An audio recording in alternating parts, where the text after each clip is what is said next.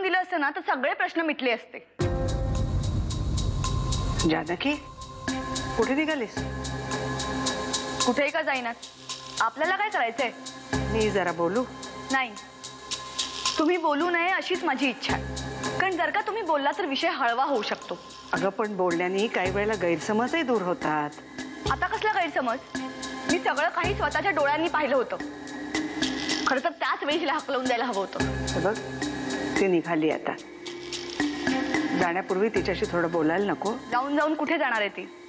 काल जो आला होता त्याच्याच घरी जाईल ना. हो बाई, जास्त बोलू नका नाहीतर. कन्या, काय नाहीतर काय? तोंड सांभाळून बोलायचं. हा गणेश, तू जरा गप्प राहा. माझ्या ताईला काय बोलायचं नाही, सांगून ठेवतो. हा हो ना, मग सांग ना तुझ्या ताईला काहीतरी बोलायला. हे ताई, तू बोल ना काहीतरी.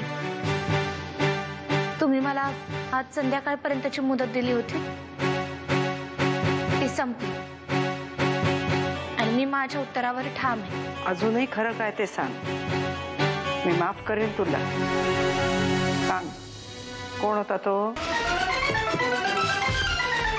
मी होतो.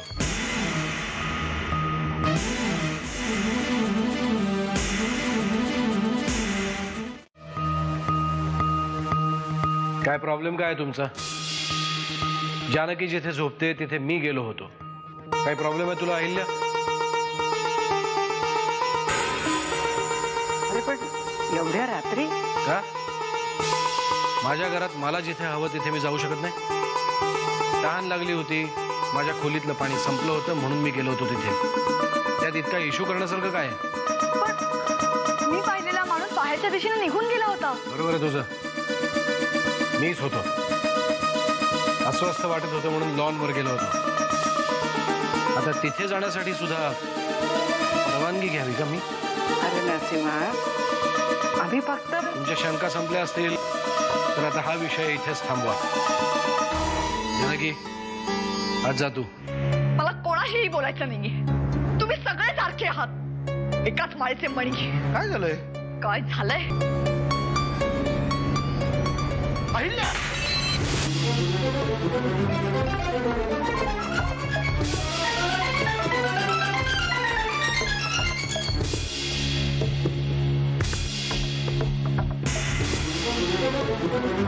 ज्या घरातल्यांचा माझ्यावर विश्वासच नाही अशा ठिकाणी मी का राहू? मग ज्यांनी तुझा विश्वास तोडला त्यांना शिक्षा कर.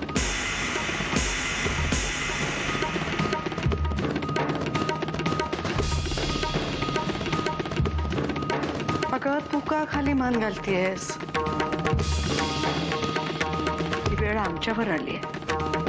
आत्याजी, आपल्या सगळ्यांच्या वतीने मी सॉरी म्हटलं तिला.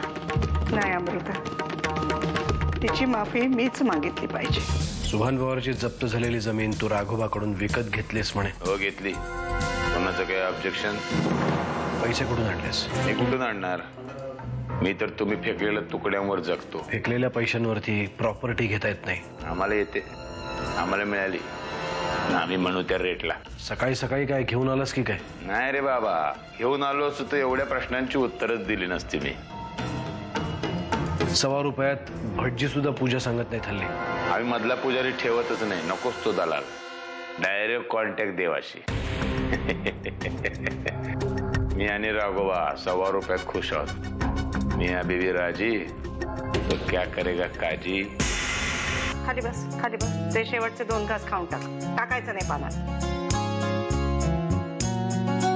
जेवल्यानंतर ताट किती स्वच्छ आहे, खरकट सांडलंय का, याच्यावर माणसाचे संस्कार ठरतात. हा, शाबास, छान.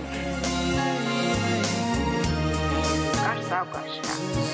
ते राहू दे. आणा. Thank you.